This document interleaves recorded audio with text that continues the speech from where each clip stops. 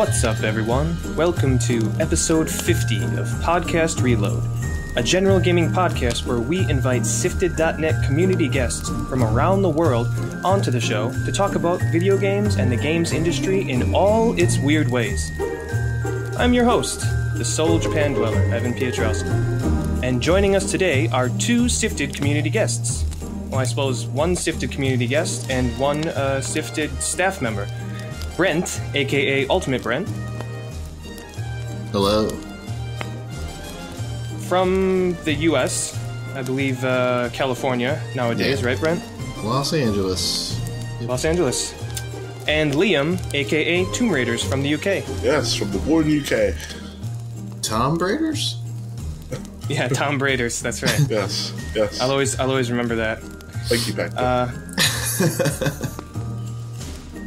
So, today is episode 50. Nothing really in the works for a special episode. It's kind of coming down to the end of the year, game of the year stuff, so I thought I would reignite the fires of a battle that's been going on since the beginning of March. But before we jump into that, let's go to our video game vault, which is a new thing, and actually this got cut while I was editing the last episode. This is the second edition of the video game vault, which I completely stole from Nick Rawcliffe, aka The Impartialist. He does a video game archive on his podcast where he basically throws in one of the greatest games of all time into his archive at the end of every episode. So this is completely stolen wholesale from his podcast, but I like the idea so much I decided to put it in our podcast, retitling it The Video Game Vault. So we are making a vault fit for the most noteworthy, historically important, prestigious, or just simply awesome video games of all time. If you could pick one game to put in a giant video game vault to survive an earthly cataclysm in order for future generations to play and learn from, what game would you choose? So I will start off with Brent. What are you going to put into the video game vault? So I thought it was odd that this wasn't the first entry. It's got to be Fallout. Oh 2. Man, you're my hero. I mean, it's the best Fallout, and you got to have a Fallout game in a vault from guys that are probably in a nuclear wasteland, like battling mutants in the first place. They'll be like, "Holy shit, this is my life. This is very awesome." Fitting. Yeah, I think it's a great pick. I actually, growing up, I didn't have a computer. I got like a crappy compact Presario when I was like 16, and my parents only bought it so my brother and I could type our high school papers on it. But it was powerful enough to run Fallout and Fallout 2. And nice. A friend of mine whose dad was a computer whiz, he worked at a company, I think he was an engineer. Every time I went to his house, he was always playing this like awesome game I had never heard of. And one time I went over there, he was playing Fallout and completely sucked me in, and ended up buying it, and I absolutely loved Fallout and Fallout 2. Yeah, I almost failed chemistry because of Fallout. It came out during exam season. It was sweet.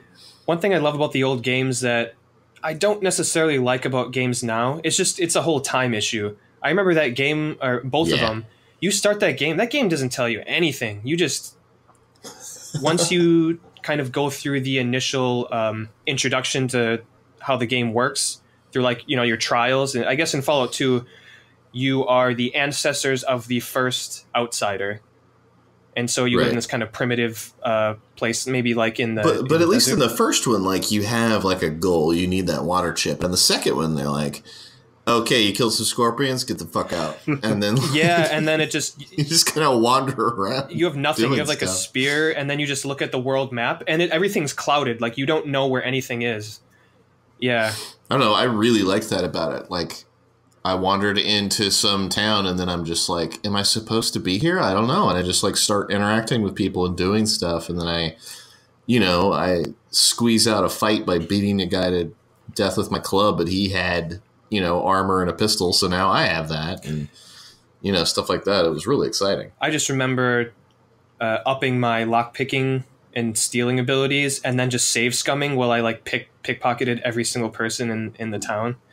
It's kind of cheating, but yeah, that sounds rewarding. Well, I felt good about it. I remember one cool thing about that game was one once you leave your settlement, it'll go into an automatic battle where you see the last boss of the game in this giant, like, I don't even know if it's Brotherhood of Steel armor. It's like super Brotherhood of Steel armor, but he completely obliterates a group of travelers and like obliterates them, like this, like meat and bones just spraying all over the desert, and then they walk away. Go ahead. They get gibbed. Gibbed? I've never even heard that before. It's like it's like in old games when your model got replaced with just meat chunks and they spew everywhere. Yeah, those models did get replaced for sure. But I like how they set up, like, oh, I'm definitely going to face that guy at some point. But when you run into him, and he's like a foot taller than everyone else. Oh, yeah, he's like a super ogre or something, right? Yeah, something like that. Yeah, and like super Brotherhood of Steel armor. Yeah, and then you're just sitting there with like pants and a spear. So when you finally fight him, you know, you're all decked out, and it does feel really nice to take him down. But yeah, anything else to say about Fallout 2? Just that, like, years after I played it, I found out you could beat it in like 20 minutes if you know what you're doing. Yes, I love that. Yes, I went back and watched a video and did that. You go like straight south, and there's a vault there, and if you go in and like open the right area, there's super power armor and like a laser Gatling gun, and then you go to the last boss and kill him, and you win. It is pretty crazy, yeah. But that's the type of game it was. I mean, you'd have to know it was there, but it would be cool to just like happen upon that, be like, holy shit, and then just stomp everything in the game. I wonder if there was someone back in the day, just by sheer chance, that's exactly what they did. Like, well, this game was way too easy. I doubt it, but that would have been funny. All right, cool. I think that's a great entry into this Thank you. very short list. So moving on to Liam, what is your pick for the video game vault? Dark Souls. Nice. Man after my own heart. Yeah, I mean, all right. It's like you just think about how it really wasn't that long since the first Souls game came out, but it's had a like huge effect on gaming as a whole, I think. Oh, definitely. Yeah, no. Yeah, I think so. Especially like the indie scene and stuff like in platform. Oh, yeah, like, I think that's why we've true. seen a resurgence in Metroidvanias and stuff like that. Is like now they're kind of like, oh wait, we can make them hard. Sweet, you know. Exactly.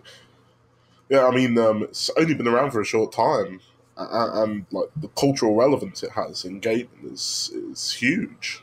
Funny that you mentioned Metroidvanias, Brent, because even in the most recent, what is it, the Mummy Demastered, that way forward kind of Metroidvania pixel shooter, I think in that game, like when you die, you kind of get possessed by the mummy, and then you play as another character, and you can return to it to kill the mummified version of your other player to get like your weapons and your items and stuff like that. And that's totally Dark Souls. Sure.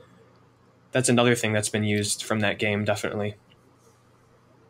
Yeah, like so many things, like the online features. I mean, just the difficulty alone, I think it sort of changed gaming, because I thought, oh, games are getting a little bit too easy at one point.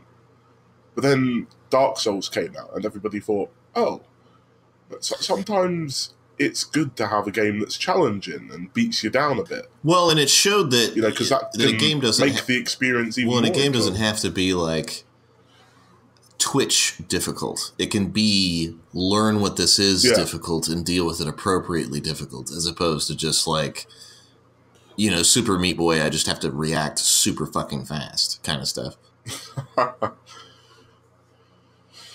Yeah, I'm useless at that game after the first few levels. Yeah, but like you don't actually need Twitch reaction skills to be any good at Dark Souls. You just have to pay attention and know what you're doing. Exactly, and not get frustrated. You have to keep your cool and just keep learning from your mistakes. Shane. Yeah, that's when you said keep your cool and not get frustrated. The immediate person I thought of was Shane. Yeah, but I mean, it's also like a huge deal in terms of like Twitch and all kinds of like streaming platforms because it's such a enjoyable game to watch other people participate in. Yeah.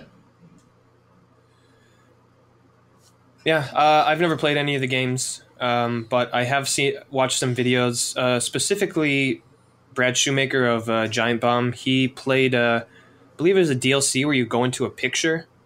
Yeah, from Dark Souls 1. Dark Souls 1, yeah. And I had never really watched any Dark Souls, and although I don't know if those games are for me, but Brent, you saying that you don't need Twitch reflexes to get good at it, you just got to pay attention, makes me feel better about possibly jumping in at some point. But it was interesting how watching him too, I learned the level. And it's like you keep dying, but each time you die, you learn something about the level and you get further and further towards it. It's like it was really interesting to sit there and learn as Brad was learning, and just kind of chipping away at the level and getting better at it just from kind of repeating the same steps over and over. Yeah, and you learn the enemies, and eventually you start to understand like the kind of the paradigms of enemies. Is like when you see a new one, you're like, he's probably gonna be really fast or really slow, and I need to react in a certain way. And but yeah, I would say anybody that wants to give the Souls franchise a chance, I don't know how you'd feel about this, Brent, but I would recommend they start with Dark Souls 3, just because it's the easiest to sort of. Yeah, I was just thinking about that, about whether or not I would recommend starting with 3 or 1. Yeah, because I think Souls. 3 has a cleaner difficulty curve. And it has a lot more viable builds. Like you're not going to pick up the wrong weapon in Dark Souls 3. Exactly. Yeah. You can absolutely beat that game with really anything you pick up. You pick up some dagger and you're like, you know what, this is sweet. I want to do this for the rest of the game. And you can. That's fine. I think in the other Souls games, there are some pitfalls you can fall into, or it's like some of the games magic is super overpowered, and some of the games, it's kind of shitty, and you're like, oh, whoops. And some weapons are useless. Right, and it's hard to know that without like reading the wikis and stuff like that. And you will find yourself in the wikis, but like still those first couple hours where, you get your basic shit, like Dark Souls 3 is top notch at making sure that all the things you get in the first couple hours are very viable and very useful to all play styles. Yeah. Cool. So, all right, we got 2 more games in Video Game Vault for a total of 4. We have Elder Scrolls V, Skyrim, Metal Gear Solid. Fallout 2. I already forgot. Oh, shit. I'm sorry, Brent. Fallout 2 and Dark Souls. It's a nice start. Keep adding. I wonder what we're going to do, like, in 30 more episodes. I can't just name off 30 games every single episode. You just have to talk faster. Yeah. I'll just, like, fast forward that section. Man up. Yeah, just like... With, like, the Benny Hill music playing in the background. All right. Cool. And so that's it for the Video Game Vault for episode 50. Now moving on, we're actually going to skip what we've been playing to jump into our main topic, which is a single topic this time around, which is The Legend of Zelda Breath of the Wild versus Horizon Zero Dawn Game of the Year Showdown, kind of open discussion. And to kind of put some context to this discussion and why we're having it, I think it all started, these 2 games have pretty much been pitted against each other the entire year. And I think it all started with, they were released on the same week. I think Horizon was released at the end of February, and like the 8.5s and 9s and 10s came out. And then later that week, March 3rd, Zelda came out, and I think definitely got the Nintendo bump. And I think the conversation started there, where Horizon fans were immediately put on the defense and kind of rolling their eyes at the idea of another Nintendo game, yet again getting perfect scores all over the place, when they thought that Horizon deserved to be in the limelight a little longer than a couple days when Zelda took over. And then I actually remember on Sifted. I mean, Go ahead. I almost think that they should have sat on Horizon and released it later. Like, releasing it that close to Zelda when they're actually like really similar games was dumb. Right. And actually, I remember us on Sifted.net when during this time, someone posted that, like, actually, these games we shouldn't be comparing these games so much because everyone was doing it because they got released the same week. And I had actually replied to them and said, actually, I think we should be comparing really should, them because there's a lot of parallels. It's like kind of this open world where you got these like wide open plains and hills and like mountains to explore, and you use a bow and all these types of things. But after playing both of them, I think I was a little misguided in that, because while there are parallels, I think both games are, once you kind of dig into the meat and bones of both games, they're actually very different games. And, I feel like they're almost opposites. Like, the things that one does well, the other one doesn't. And right, and I think it does both games a disservice to compare them at each step, because they are so different the more you dig into them. And actually, Brent, this is something I do because I don't really play games when they first come out. And so once I play a game, let's just say Lost Legacy, I played that just recently, I'll go back to the game face where Matt and Shane talked about the game after I'd beaten it. And I got through the Frozen Wilds and like, I haven't heard the whole Horizon Zero Dawn talk from Game Face in a while. So I went back, and actually you were on an episode with Shane where you kind of had the same sentiment as me, even way back then, that these games shouldn't have been compared so closely. Because you were kind of talking to Shane about Horizon Zero Dawn. I don't know how far into Zelda. Yeah, no, that's you did say that at the time, and it was interesting because I came to that same conclusion after playing both. Whereas, so I think I was wrong to say that we should be comparing them beat by beat, but here we are comparing them at the end of the year. But I think this is a different type of conversation, because now they are both in the limelight as top tier Game of the Year contenders. So once you're comparing them as which game deserves Game of the Year, then I think it's totally suitable to be comparing these games step by step, and not necessarily just comparing them because they came out, the first, in the same week, and they're kind of open world and they have bows and all those kind of like surface level things that you can I think it's worth comparing on a level about. of just they're both great fucking games. Mm-hmm. I agree. And we've actually talked about both of these games when they first came out on this podcast. At the time, I had played Zelda and hadn't touched Horizon. Vin had played Horizon, hadn't touched Zelda. And I believe Mitch, or I think it was Mitch, was on. He had played both, but I don't think he had beaten them. So now it's the end of the year, and everyone's having their roundtable Game of the Year discussions. I thought that would bring this conversation back. I've played both games now. I've gotten all 120 shrines in Zelda. I beat the DLC that came out in the summer, and I also beat the Champions Ballad DLC. I've platinumed Horizon and 100%ed the Frozen Wilds DLC. There is no platinum for the Frozen Wilds, but I 100%ed it. So that's where I'm at. Brent, how much of both of these games have you played? I beat Zelda and did maybe like half the shrines. Right. That's probably what I did, and then went back to Zelda like months later to finish it off. I never ended up going back because I played it on the Wii U, and same. I didn't want to play that anymore. And then Horizon, I got maybe 3/4 of the way through, and then kind of petered out, and I'll kind of get into the reasons why, but I mean, other than the reason I quit playing, it was a fantastic game. Right. And that's one reason why I brought you on the show, because I think most people who've played Horizon have beaten it, and the fact that you didn't, I think, will offer a very interesting conversation. Okay, and then Liam, how about yourself? I've completed Horizon to completion. Most of the side missions complete. I haven't beaten it to 100% like you have, but I really want to go back and do it, and of course do the Frozen Wilds DLC. Breath of the Wild, yep, I've completed that. I've finished probably at least 80% of the shrines. Okay.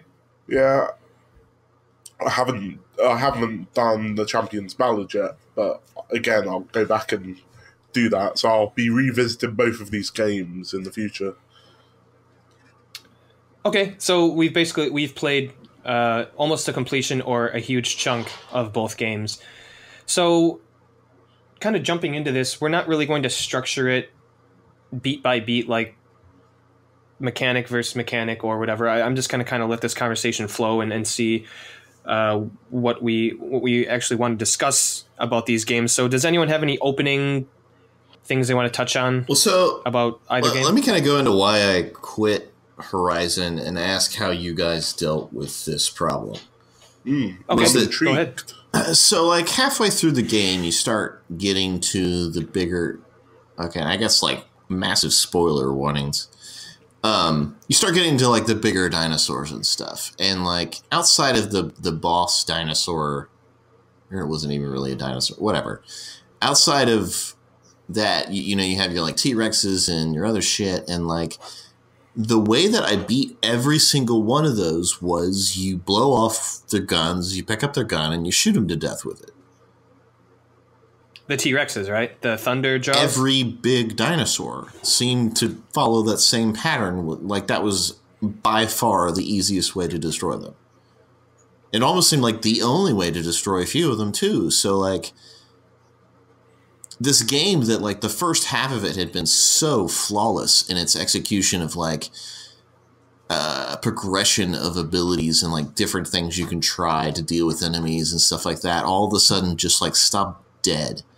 Like, every new thing I came across, I was like, well, it's got a gun right there. Let me shoot it with this thing, blow off the guns, and I'll just blow it away with this rocket it dropped or this Gatling gun it dropped.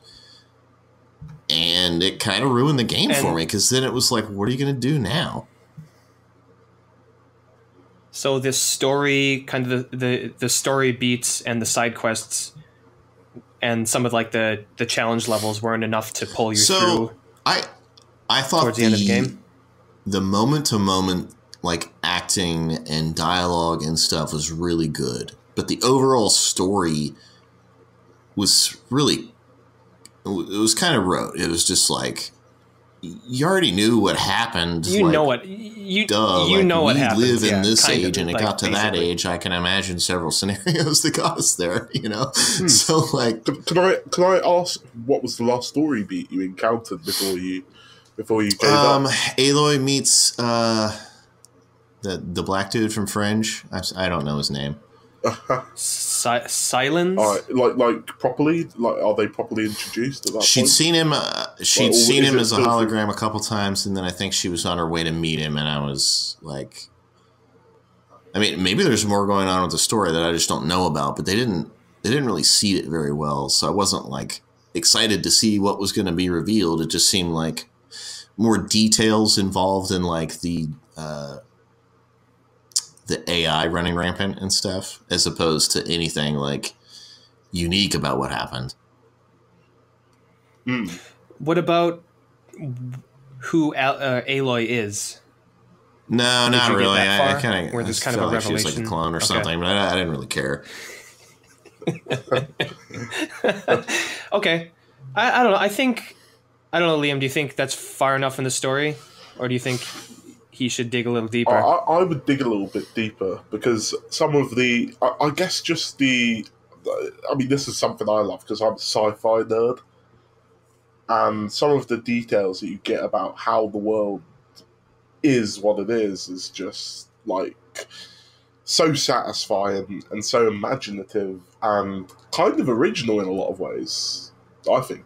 It's like taking a look at some sci-fi concepts that you know, and then twisting it and doing something different with it that I wasn't expecting. Especially, like, before I played the game, I wasn't expecting anything on the level of detail that they go into on some of the things. Right. I would say for me, in terms of story, I'm kind of half with you, Brent, and half I wanted to dig deeper. So when you start getting into the game and you're starting to figure whether you pick up a memory or you scan something or you kind of look around, you can kind of get a feeling for like what happened, and you have some ideas of what happened, and then you get to a part in the game, you're like, oh, okay, yeah, that's what happened. But like they almost treated it like a reveal, and it's like, well, fucking duh, man. Like, has anyone watched Terminator? Like, I don't know. But I was still interested in finding out exactly what happened. So while I knew what happened, well, once you get to like the tower or whatever, and you go up to the top and like you see the visions of like the science lady talking to the guys that run the corporation or whatever, the CEO of the company that they kind of lay out like exactly what's happening at that time, and you're like, okay, well, it's a pretty clear their plan didn't work. And like, you know, this is where we ended up. Well, actually, that's the thing, is that their plan sort of did work. But some things went wrong that made the world that they currently inhabit. Right. Yeah. So what I'm saying is, well, I agree with Brent. Where like you kind of can guess what happened, the basics of the story, like the story beats.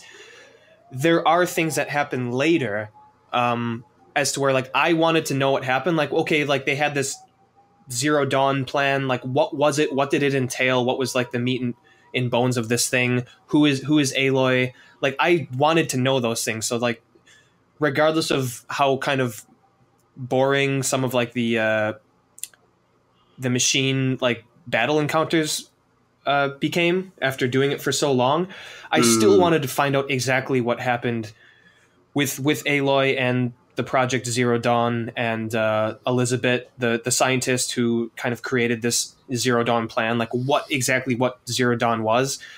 And I mean, there's some stuff I didn't know. Yeah, I guess that was really just the problem, was that it hit a lull in the gameplay, because I feel like I kind of hit the big thing. You're like, the pinnacle. I'd already fought, as far as I understand, like the huge machine thing that you fought before the tower. I realize I'm being super vague here, but like they don't get any, like you fight that thing a couple times, but like there's no new dinosaurs really. No, not after that point. And so like I'd kind of like hit a lull in the gameplay section, and then I hit a lull in the story section, because I was like, all right, I get it, guys. Okay. And so I just I dropped past my threshold of I don't want to do this anymore. I mean, I still played it for like 20 hours or something. I played a lot of this game. Right, yeah, that's a lot. And I really enjoyed my time with it, but it was just like, we parted friends, but we don't need to date anymore, Sure, yeah. And I said, while there were some interesting side stories in there, and I do like Aloy as a character, and like going to Meridian, I think it's called, and talking with like the Sun God and what happened there. Yeah. What happened there, and like who Eclipse is, and how that's connected with Silence and all. Like, I liked those story threads. Nothing crazy like good about any of those story threads, but I still felt like those characters fleshed out a very interesting world, like post-apocalyptic world. Like, I liked all that stuff. But okay, so let's so we're kind of at odds with the story. Like, I guess with Zelda, there isn't really a story there, so I think we can skip that. There's no story whatsoever. Well, I mean, I'd say like Horizon has an infinitely better story than Zelda, because it has one. Right. Right. But at the same time, Zelda avoids the pitfall that I hit with Horizon, where like Zelda's story is so primal, like elementary stuff, that like it's just not something I considered. Like, I'm not like, ooh, what happened to Link and back then? And, like, no, like, I fucking get it. Well, and I also I know what I'm here for. Care Save Zelda. Yeah. Got it. All that much. It's almost like there's some people are like, well, what if Mario did have a story. It's like, no, I don't want one. It's funny, this being a Sifted podcast, this is one of the things that I've argued with Shane about frequently. Not frequently, but back in the day when he was doing his review score system where I don't agree with it. No. Yeah, he would say like, a game with has to hit all these categories. And I'm like, the example I would give is Spelunky, which I think is a near perfect game. And like, there's not a story. Right. So it would get like a 1 or a 0 in the story department. Like Peggle gets a 0 for story, It's or like Tetris, or even Mario. So I really want to know about that horse in Peggle. I want to know his backstory. And the case he makes is, well, what if he had a kick-ass story? And it's like, but there's something to be said for avoiding it entirely. I would rather him have no story than him have a shitty story, like have a 6 out of 10 story. Whereas in the score system, like that would score higher because at least it existed. Right. And like, score system notwithstanding, I think that's why Zelda gets a pass on the story, is because they just kind of opted out. They're just like, Well, and here's the thing: like, if you opt out of a story, like everyone they heard Zelda's voice for the first time, and like, holy shit, finally a voiced Zelda. It could have gone. Like, there's a lot of people that didn't like the voice acting or the kind of the memories were lacking with the story. But I just think like a lot of people, once they got past some of that stuff, it's like, oh, actually, this doesn't really matter that much. This is not. The story is not what this game is about. The story is about the world. I mean, I kind of liked the memory stuff. I liked the hints at Link and the water chick kind of having a little bit of romance, and then obviously there's some tension between him and Zelda and all this stuff. But like, nothing really ever comes of it, and it's not really required because it's a Zelda game, and none of us really expected it in the first place. Like, let me guess, it's an ongoing struggle between strength, wisdom, and power. It's like, or courage, or whatever. It's like I wasn't shocked that the story was lacking, but I think the game knew that and decided to put the importance on other things. And I think the other things that it put importance on, specifically the world, and how the world is fully realized in terms of can I do that? Oh, I totally can do that, because they've built this world that reacts to everything else in the world, and I think they nailed that so much so that I don't know, like I just didn't really think about the story. It's like, like in the beginning of the game, they say like you can go straight to the castle and defeat Ganon. Like, that's the story. Surprise, surprise. You have to defeat Ganon. That was kind of like my favorite feature, was that at any time I knew I could just bail out. Like if after putting 20 hours in Horizon, I had all the gear and stuff, like had a final boss been there, I would have beaten him. And like, had I had that option to bail out, that's a great way to look at it. Then I would have beaten the game. Like a lot of people put like 200 hours into Zelda and shit, and like I put like 35 or whatever. Like, I beat all the temples and then went and killed Ganon. And like right. It actually reminds me of the design choice of Super Mario Odyssey in a way. Yeah, I mean, you have these outs so that you can have a complete experience, and then you have all these options to continue those threads if you enjoy them. But if not, then you don't feel like you're not experiencing it. Like, I hate that I didn't finish Horizon because it's a great game, but like I just didn't want to play it anymore. Right. And I didn't, as I understand it, I was maybe like 70% through. Like, I'm not really sure, but I wasn't like an hour from the end or anything. So yeah, had I had that option to just be like, oh, okay, I'm kind of done with this, let's go kill the unbossed, then I would have taken it. I mean, it's pretty much what I did with Zelda. Right. All right. And so, okay, so there's something, so we kind of dealt with the story a bit. There's something I want to go back to because Liam and I kind of had a discussion about Horizon Zero Dawn in one of the Game Face Twitch chats. And I feel like I didn't know how Brent felt about the combat actually leading up to this. Now I feel like we're kind of ganging up on Liam, but I remember this conversation. Shane was talking about like all of these crazy things you can do in Horizons, like, you know, like it made you look at the world like, okay, like can I put a trap between these two trees, or like let me kind of put some traps here, some explosives here, and then, you know, walk around and then lead the enemies to my traps and stuff like that. And it's like, you're wasting your time because you don't need to do any of that stuff. Oh.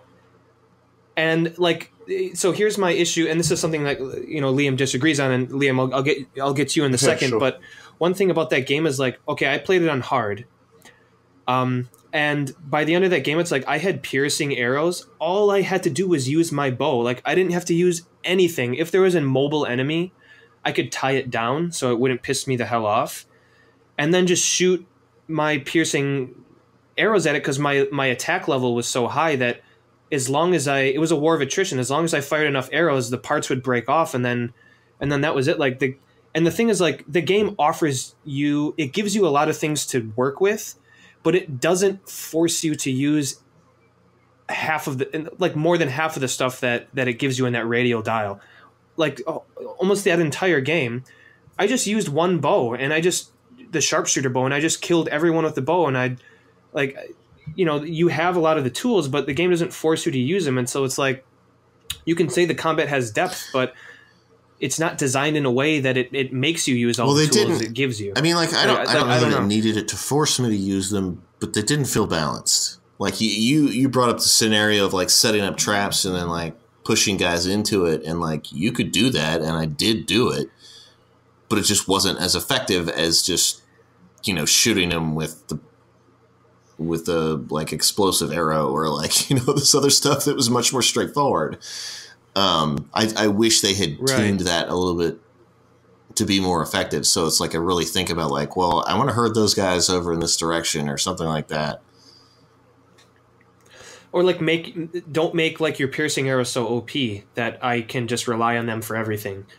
Or like, you know, the arrows that like, if you hit something, it explodes and then it blows parts off of them. Yeah. That arrow was so OP that it's like all you needed to use. But I guess, Liam, you feel a bit differently about the use of some of the stuff in the I do the radial dial. I do there. Because you could play the game that way, where you have the, you know, like the armor piercing arrows, and just roll around the shit ton and try to pin like some of the weak parts off of enemies and things like that. But like, the game has so much to it, like to the point where, and you said it was easy on hard difficulty. I find that surprising, because I was playing on normal difficulty. I thought it was pretty hard. Yeah. I don't know. Like I died a lot, but well, that's the thing. I tried my hardest not to die, so I had to adapt and try to work the system, find the most effective ways of getting rid of enemies without dying. I practically, like, I found the game very challenging, but I hardly died while I was playing the game, like, just because I found like the best way to play the game effectively, like how I could dispatch like any machine in the best way. It was hard, but I could dispatch any machine like in the best way without dying, I suppose. And each machine has like loads of different strategies you can pull out of it. Right, and that's cool. And it's nice that you were able to... So, like, you played the game, I don't want to say the right way, but you played it in such a way where you did use all the stuff given to you to find, like, the perfect way to take down each enemy. So, like, that is a pro to the game, like, if you played it that way. But for me, like, once I find something that works, it's like, I don't want to waste my time trying to figure out something that might not work. So, like, even on hard, I still used a couple of arrows, and yeah, I died a lot, but I never changed my strategy. Like, even in the Frozen Wilds, like, I played it on hard, and there's a new enemy in that game that absolutely will destroy you in like a couple swipes of its paws. But I never really changed my strategy. It was just like, I had to get better at like dodge rolling. Like, all I did in that game was, and I'm saying I had a great time doing it. I loved fighting in that game, probably more so than you, Brent. Like, I do agree though, like, anytime I ran into a Thunderjaw, you blow off the giant like machine gun kind of turrets on either side of its body, and then use those to destroy it. You see, and rinse and repeat. I actually found that to be a weird observation because in my experience with dealing with Thunderjaws, I always found that you hold the weapon for too long and he comes and fucking knocks you out and does a shit ton of damage. Oh, totally. Yeah, and then, you know, so I will say this, Liam. One thing is like that tail is really dangerous. So it's like one thing is like you blow off one of the turrets, grab it, blow his tail off first so he can't, spin and knock you out. Smart. But also you can use a tripwire. What is the rope caster? Yeah. You can use a rope caster to tie his tail. If you can't hit his tail because he moves fast, tie his tail down to immobilize him, and then tie his front down. So it's actually like the rope caster is cool in the way like the enemies react specifically physically depending on what part of you're describing. I mean, you're describing like a complex multi-level fight that I didn't get. Okay. Like I would blow off their gun and then just blow them away. Like, I don't know. I never had any problem after I blew the gun off. Okay, one thing I will say on hard, I pick up that gun for a few seconds. If that tail hits you, you get fucked really quickly. That's one reason why. So I guess, you know what, saying it, Liam, I guess I can backtrack slightly on what I said. Like I was using tactics for these enemies. Well, one thing that you said that made me think is that maybe if they ever do a sequel, like one thing they could do to make people want to play the sort of way that I play would be to make death more of an inconvenience to the player. I will tell you right now, the Frozen Wilds, if you play that on hard, actually no. If you're talking about like checkpoint stuff, no, thank you. I would rather much start right before a fight. Oh, no. Not so much that. It's more like if you die, would you lose like some items? Would you lose like some currency? Like just something to dissuade you from dying, you know? Sort of in the same way. Just whether they incentivized you use the other weapons. Like I remember getting like whatever the last item you get is like, so you can only equip 4 or something. Mm. And then you get the 5th, and I'm like, well, I'm kind of good to go with my 4. Like, can I? You just like... Right, and they introduce a new weapon in the Frozen Wilds, and it's like I'm kind of good with like the 4 I've been using for the entire. I think that was a mistake. Was locking you into 4, and I wish they had incentivized you to use the different weapons on like different types of animals, and like maybe that works. Like maybe the tripwire works really well against like 2-legged beasts, and other things work well against 4-legged and stuff, but like none of that was obvious to me. So I kind of just did the same shit to everybody, like Evan was saying, and so like I wish it had been a little bit more involved. I wish it had been what Liam is describing. And so like. I mean, there are some enemies where I knew, like, I needed to take care of the ice pouch on the alligator one because that fucking attack is super fucking annoying. So I would focus my arrows on blowing off his ice patch first, and then working on other parts of him. Look at you thinking with portals, Evan. Look at you.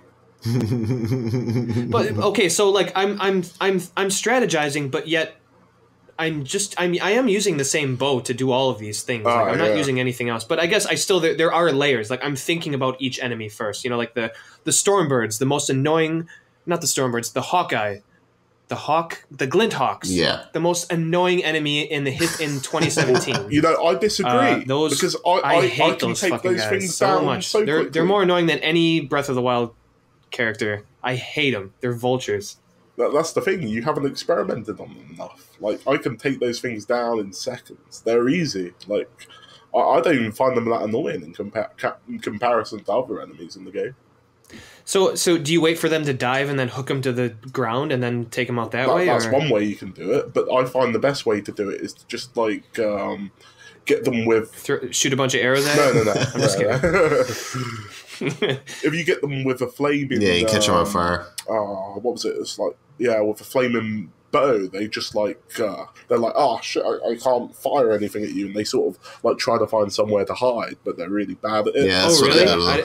I didn't know that. And then they're super easy to shoot at. But okay, so you're better at playing this game than Brent and I are. But what I will say is, like, even though I think that's actually kind of cool, so I like that there's levels, but I just never needed to experiment because I just war of attrition. I just shoot enough arrows at it, and like it would like everything died. So and I like the combat, you know, but my whole kind of rinse and repeat system was just like dodge roll, you know, piercing arrow, blow off some stuff, get to the meat and bones, like attack the hot spots, dodge roll, arrow. Okay, now he's down, hit him with my bow staff, and then they're dead. Like, that's kind of how the entire game went for me. And I'm not saying that's a bad thing. I had fun doing all that stuff, but even though they give you all these tools to work with, I never felt like I needed. Once I found what worked, I kind of just used my that. problem is Here's a point from me. Oh, sorry. It's just I was thinking, like, you talking about this. I think experimentation is part of the fun of the game, in much the same way that experimentation is part of the fun in Zelda. You'll get somebody going, oh, I didn't really enjoy Zelda, it was fine. It's like, you didn't experiment with the systems enough, you didn't do this, and you didn't do that. And I would be somebody that would agree with that person. And go, no, Zelda has far more to it. Like, so many things you can interact with, so many ways that you can enjoy the game better if you just experiment a little bit. And I think that's exactly the same thing with Horizon. But for some reason, people don't seem to be using the game to experiment as much, because it's completely optional in both games. But the more you experiment, maybe that's with just each more game, of the kind of the player that you are. You're there to experiment. Yeah. A bit more. Like, I think Breath of the Wild is a double-edged sword with the durability of the weapons, because the weapons break so easily, you are forced to use a myriad of tactics to kill enemies, or just, you know, grab enough stuff and have enough swords in your arsenal that they'll just whack at everything till maybe 5 of them break, and then rinse and repeat. But another thing that I will kind of dig the game for is, like, late in the game, you don't get any experience from enemies. So once you come up on a camp and you have pretty much everything you want in your arsenal, it's like, I don't really want to fight these guys because I'm just going to break a sword, and I don't really need anything in their camp. Like, that treasure chest probably has a weapon that I don't really want. So I'm just going to ignore this fight. And you just kind of walk around it. Yeah. So I will say that. It's what you spend the latter half of the game mostly doing. Just ignoring stuff. But I would say fighting is the weakest part of that game. Yeah, it's the same thing over and over and over again. It's like they didn't really do anything. Like, it's like Twilight Princess. It's like all the other games. You Z target to lock on, and then you can flip backwards, jump forwards, and swing left to right. And the only thing they added is the QTE slow motion section. And while you need to use that stuff earlier in the game to fight, you don't really need to use it all that much. Like, you can kind of get away with kind of ducking out of fights pretty early in the game. But the reason I'm fine with that is because Zelda is not, like, because the fighting is the least important part of that game. I don't mind it because everything else about that game is so great. And I just think the world is the star in that game, and the fighting is like secondary. Obviously, you actually need to fight. There's bosses you need to fight.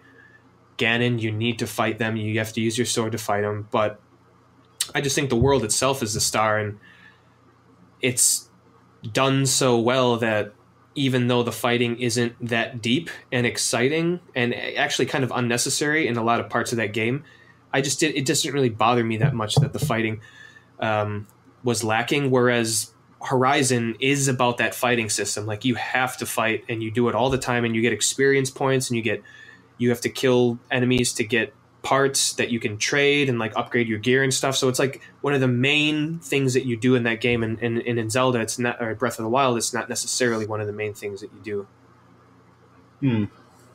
Something that I thought. See, I actually liked the combat in Zelda a lot. Really? Especially like the harder things, like the centaur dudes and like the bosses, I thought were great. Oh, I like the bosses. I really enjoyed the durability thing, but like I never got to the situation you're describing where you would get to. Like I had my kind of favorite kind of weapons, but I was never fully decked out on them. So like I never ran from. It was never not worth fighting things for me. Like you never felt like going into a situation. It's like, oh, look at what you got, and say like, oh well, I don't want to break any of the stuff. Well, I mean, like, sometimes you come up against the dudes with just, like, sticks, and you're like, well, that's a shame. But, like, most of the time, at least they're going to have, like, the boomerangs or something that you can use that was worthwhile to take. But I don't know. I think that's because I only played through... I kind of just went through the main story and quit. It's because I never got overpowered. I never got into that situation where the durability was obnoxious. I was in that sweet spot where the durability made me try different stuff. Right, and I will argue, like, everyone harps on the durability. I never got to that point either. Like, I liked how you have to, like, you get a stick in the beginning of that game, like, it's gone in, like, 4 hits. Like, but to be fair, there's something over there that you can pick up and put, into your inventory, and you have 3 hearts, and you're going to die a lot. And the stamina bar is ridiculously small, and everyone's like going crazy about the stamina bar. But it's like, I remember in that game when I maybe had finished a couple of shrines, and I met this guy. There's a mountain in like the southeast section of the map, just above the swamps. And some guy's like, dude, there's like someone's saying there's like something crazy up on top of that mountain up there. And then you look up and you can't even see the top of it. It's surrounded by clouds. It's like. And I look at my stamina bar and my hearts. I'm like, I am not equipped to do this. I need to finish a couple shrines, get some hearts. I need to find some peppers to like, to raise my cold resistance. Oh right, yeah, I know what you're talking about now. Yeah, and like my stamina bar is not that strong, so there's only certain sections of this mountain I can climb. And so getting to and I finally got to the top of that mountain. Like that was a dungeon for me. Like I felt so accomplished because I like that guy told me there's something up there, and I prepared. I went to some shrines. I got some more hearts. I cooked some stuff. I upped my stamina bar a little bit, but it takes so long to actually up your stamina bar because you have to finish 4 shrines before you can either get a heart or increase your stamina bar. And when I got up there and I saw that was up there, like that felt like such a journey for me, and it's something about that little not moment, but that almost like a side quest, really. It was very easy. It's a very easy game to set your own goals in. Right. There's no markers telling you to do that. Some guy just mentioned there's something up there, and on my own accord, I'm like, okay, I totally want to see what that is, and I set my own goals to get there. Yeah, and there's like a very organic process for you to get up there, and then like maybe on your way to get more powerful enough to get up there, you see some towers to do, and then you like, oh wait, I'm actually really close to this story thing, I'll do that. And after that you're like, okay, cool, I'm gonna go back to the top of that mountain and get the thing, and then like you realize that it's one of 3 and you're like, oh shit. So you gotta go do some other stuff, and there was always something to do, whereas in Horizon I was just kind of following the track. So Liam, you were a bit because you played Breath of the Wild a bit later. Not too much later, actually. I actually started Breath of the Wild shortly after I finished Horizon Zero Dawn. Okay, so that's interesting. So before you get into how that felt, for me, I played like 60 hours of Breath of the Wild. I beat the game, and then I'm like, you know what, I can move on. So I moved on to the Horizon, and in the beginning, it was really jarring to me because, like, there are invisible walls everywhere, and I'm not saying that's a bad thing. That is modern game design. Like, there are mountains there because they don't want you to go there, and you get into the game, and it's like, go do this, and there's like a yellow marker, and it tells you how many footsteps it's going to take to get there. And then there's also in the top right hand corner, there's something telling you what you need to do. And I jump at a tree and I can't climb it. I'm not saying that that's a bad thing, but it was a bit jarring for me to jump from 60 hours of Breath of the Wild to this game that is telling me exactly where to go, exactly what to do. Yeah, I kind of wish I'd turned the UI off. I can kind of understand that, actually. But once I got into Horizon, I totally blocked that out of my mind, and I was in the world of Horizon, and I was set to go. But I'm just saying, initial reaction to how busy that UI was, and it's kind of busy for a reason, just because of the focus. But it was a bit jarring for me. So for you, jumping the other way from Horizon to Zelda, like, how did you feel? I guess. I mean, I suppose you could say that it's a little bit underwhelming graphically in comparison to Horizon. Oh, but definitely. I suppose, along with that, I guess Zelda had the added sort of intrigue of playing on the new console. Because I bought a Switch, so I was like, oh, I was all excited just to play it on the go and take it around with me, just, fiddling around with everything. And it's kind of cool, like, just like waving the Joy-Cons around, like, just playing with your hands outstretched. I enjoy playing like that. That's great. I can make myself real comfortable while playing. So what? I remember you posting on Twitter that you came off a lot of what Breath of the Wild had to offer a bit lukewarm. Oh, yeah. Like, what are some of the main things that you felt were a bit overrated, or let you down, or any of those types of things? I've got to be honest with you, Evan. I think quite a lot about the game is very overrated. Okay, definitely. So what do you got? Okay, well, for starters, like, I'm sorry, I just don't agree with people that say all of the shrines are quality. Some of them are even piss. Yeah. They're just like a bunch of grinders. Someone said really, all the shrines really are quality? Easy. Yeah, who says and that? I'm just like, shrine after shrine after shrine. I'm like, this is just the most simple puzzle ever. I just get into the shrine, I look around, I'm like, I know how to do this. Done. Okay, give me the shrine thing. Going on my way, next shrine. Yeah, occasionally you'll get a challenging one, but to be honest, that kind of annoyed me because it just made me think of what I was missing out on. If I had like a nice big challenging dungeon, previously, like in previous Zelda games. Right. And I think it's very much a case of quantity over quality. I will say that like all the bosses, like being essentially the same dungeon where you like rotate them and do stuff, was a huge bummer. That being one of them. I thought it was really cool. Like, it was a super cool idea when I first saw it. I was like, oh, that's so sweet. And then he did it again. I'm like, uh-oh. Are they going to do this 2 more times? And they did. Right.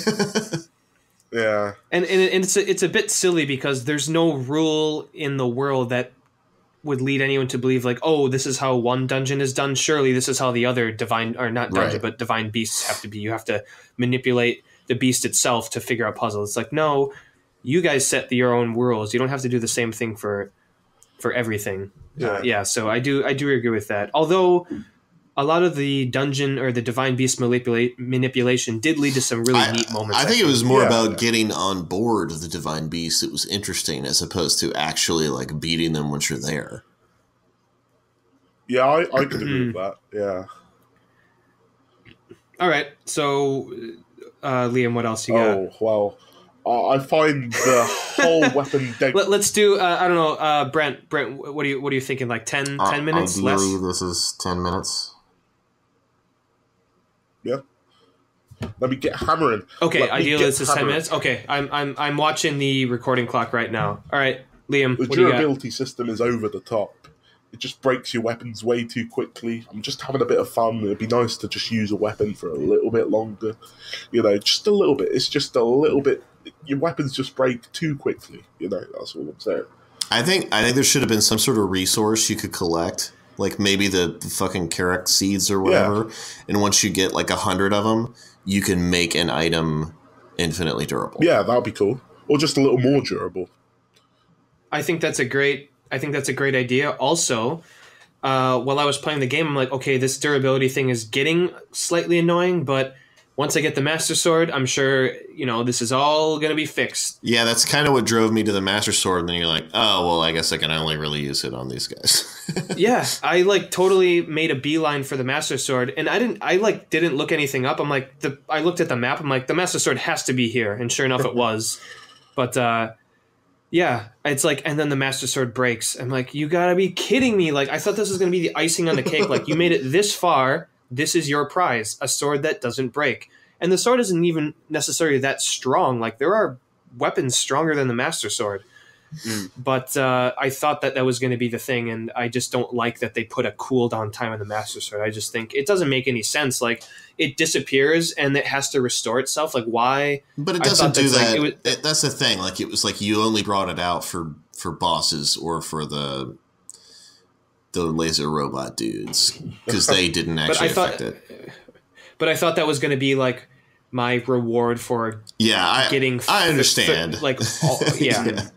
It was an odd choice. Whatever. Like, I'm in a position now where, like, once the Master Sword breaks, I switch to another thing and then wait 3 minutes till it gets restored. So it's not that big of an issue. But when I first got it, I was severely disappointed. I mean, especially since you're right about the Master Sword not being the strongest weapon there is. Like, it being infinitely durable wouldn't have broken the game. I mean, I might have used it most of the time, but then I would have broken out the other stuff for bosses and things like that, where I was actually really worried about damage. Especially stuff where, like, you do the counter moves or the dodges, and then you have you do like a set combo. Like, you wanted the hardest hitting stuff for those combos because you're guaranteed like 6 hits or whatever. And right. So, like, and the Master Sword doesn't necessarily award you those things. So yeah, I thought that was going to be the balance. It's not the most powerful weapon, but it doesn't break. I thought that was, I don't know why they did it. It was an odd choice for sure. An odd choice. So Liam, I'm kind of with you a bit there. Like, they could have tweaked those numbers a bit to make things last a bit longer. I agree with everything you're saying, especially because the build to get the Master Sword is so exciting. Like, I like how you acquire the sword. It was really cool, but then very underwhelming once you actually have the sword. Right. Okay. Well, what else? Complete and utter lack of enemies. I mean, all of the enemies are so underwhelming and boring. Like, there's just so little enemy variety for such a huge world. Like, yeah. You got bokoblins, you have lizards, you have those octopus things that shoot shit at you. You got the creepy wizard guys that are like those guys are by far the creepiest in the game, I think. But a lot of those dudes you fight exactly the same way. They're just, beefier versions of the last. Exactly, yeah. Right. Yeah, I was kind of disappointed by the enemies in that game. It's like the Minotaurs in the game, the lice, I can't say it. They're like the strongest enemy that you can find out in the wild, The centaur dudes? Yeah, the centaur dudes. And then they get I love those guys. After a while. Yeah, they're cool. Well, that's the thing. Like, I only fought like 3 of them in the entire game. Like, I came across one like kind of early, and I was like, if I do this just right, I can beat him.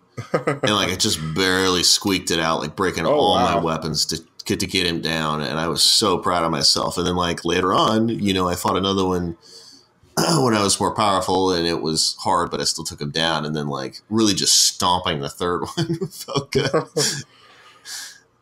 Brent, your initial battle, was that the one you had to collect the kind of the electric arrows? Yeah. I was there like way early.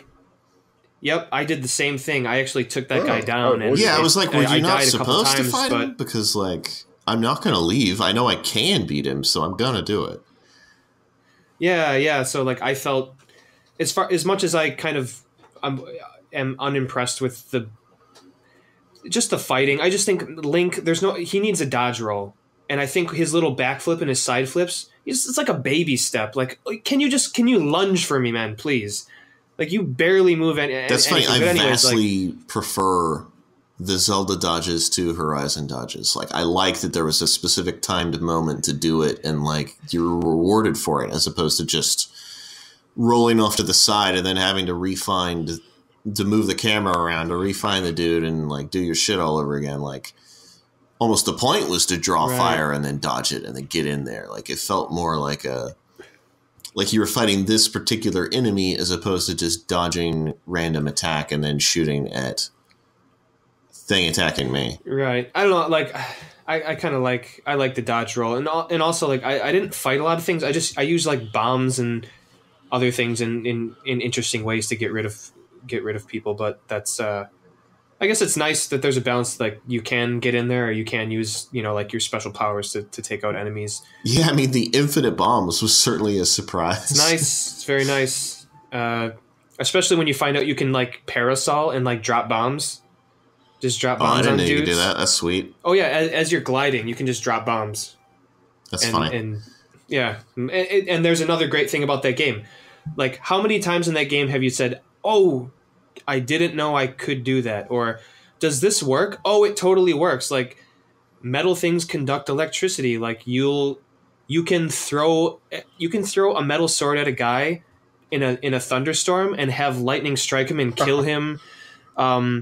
You can if you're in a shrine with that, you need to connect you need to create a current. You can just throw one of your inventory weapons down to finish the current. Like there's I finished a puzzle in the most craziest way because I couldn't figure it out, but it still worked. And I ended up happening upon someone on YouTube who did the same puzzle the right way, or the way that it was intended.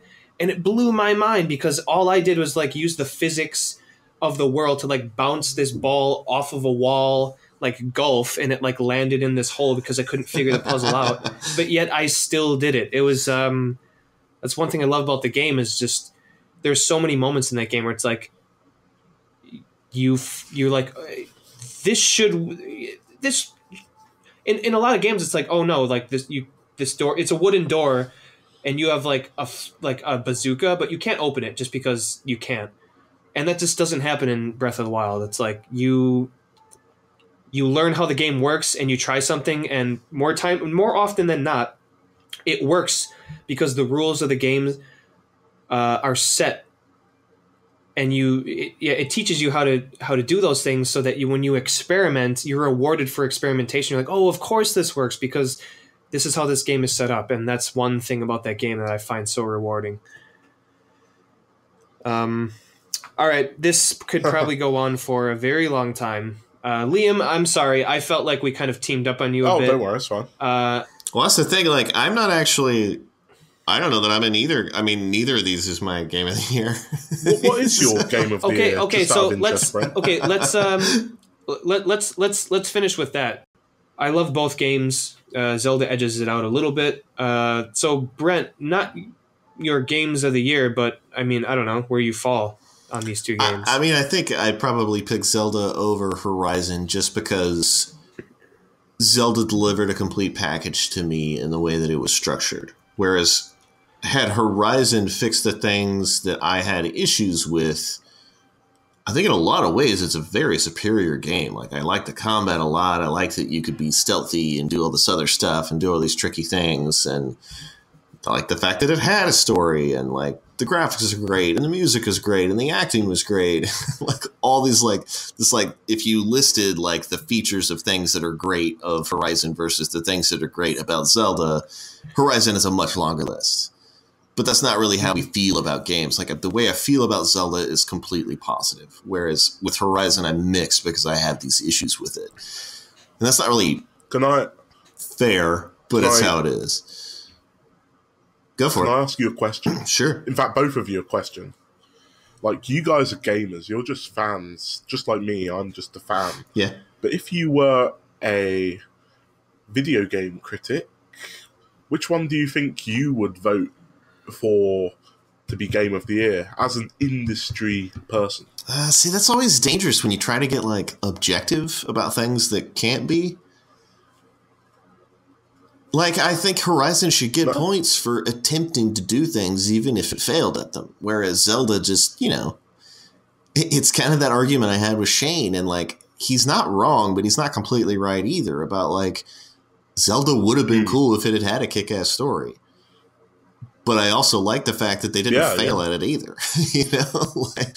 Yeah, wow. So like yeah, I mean that could leave a lot of a stain, right? And I mean, in the same way that Skyward Sword sort of does. And so like, yeah, that's why I always try to do those lists is like strictly personal, because like once you try to get objective about it, it's like, well, you can just have really specific rules about it too. I mean, like I think, oh, absolutely. To answer your question, I'd probably say I would give it to Horizon for attempting to do more and succeeding at so much of it.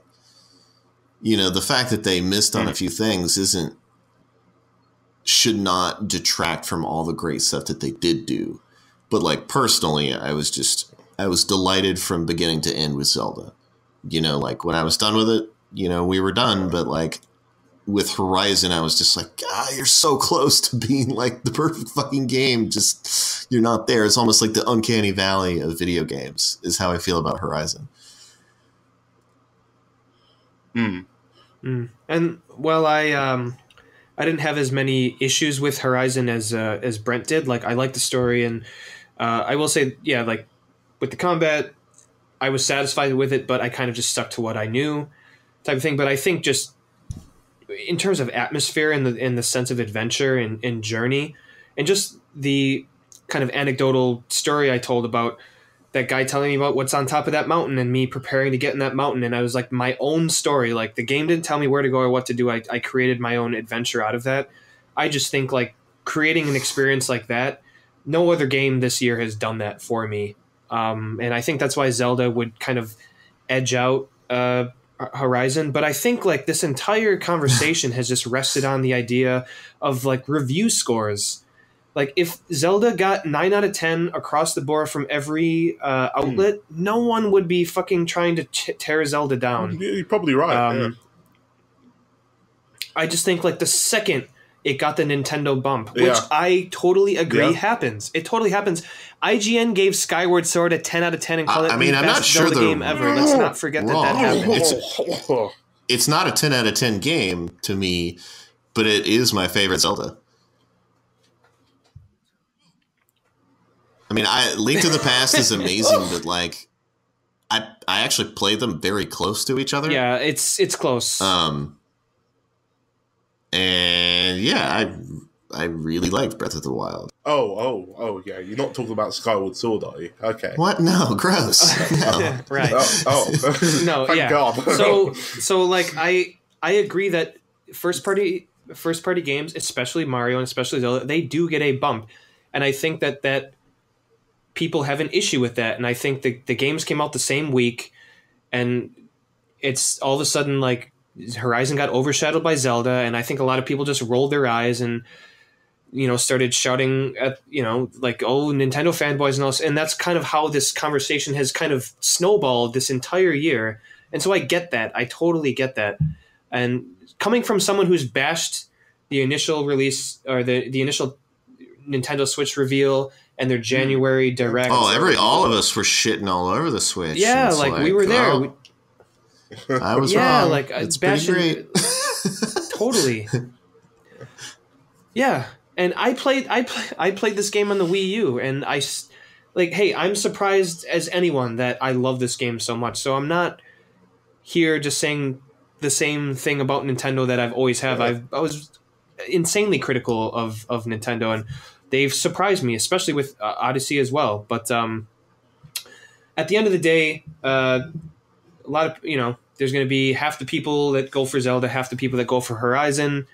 I guess Brent, not obviously not your games of the year, but I think definitely great games in their own rights.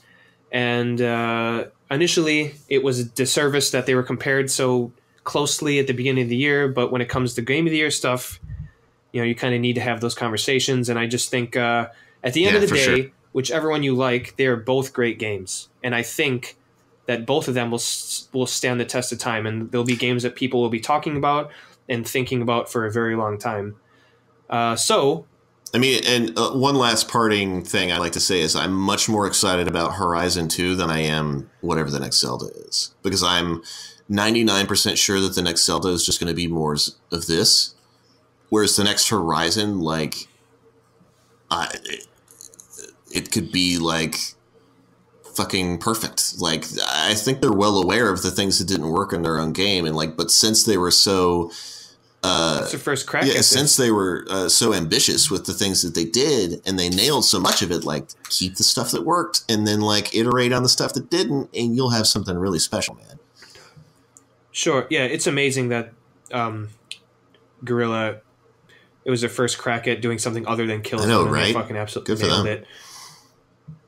It's insane. And by the way, if anyone hasn't watched Danny O'Dwyer's no clip kind of deep dive into Horizon Zero Dawn and how that game came to fruition, highly recommend it. It's great. It's an hour-long documentary on the game, and it's great. I'm gonna go watch that straight off this podcast. I completely forgot about it over the Christmas period, and I really want to watch it. I'm back home with my 4K TV, and I think I will do that right after this podcast. Sweet. You lucky dog. All right. Moving on to the end of the podcast. Podcastreload@gmail.com. Podcast_reload on Twitter. The Stand User on Twitter, Sifted and Giant Bomb. That's where you can reach us. If you want to get on the show, just send us a message and we'll figure out a time for you to get on the show. All right, moving on to sign-offs, Twitter handles, anything you want to promote or talk about. Last thoughts. Brent, do you have anything? I'm UltimateBrent on Twitter, and I just wanted to thank both Evan and Liam for doing this. This has been a lot of fun. Man. Right back at you. All right, thank you very much. Yeah, and Liam, how about yourself? What do you got? My Twitter handle is Black Liam Neeson, after the god that I am named after. And on Sifted, you can find me as Tomb Raiders. And I just want to say one last word. Fuck the Game Awards for completely shutting out Horizon Zero Dawn. That will be all. Most people will disagree with me, but I'm just going to say it.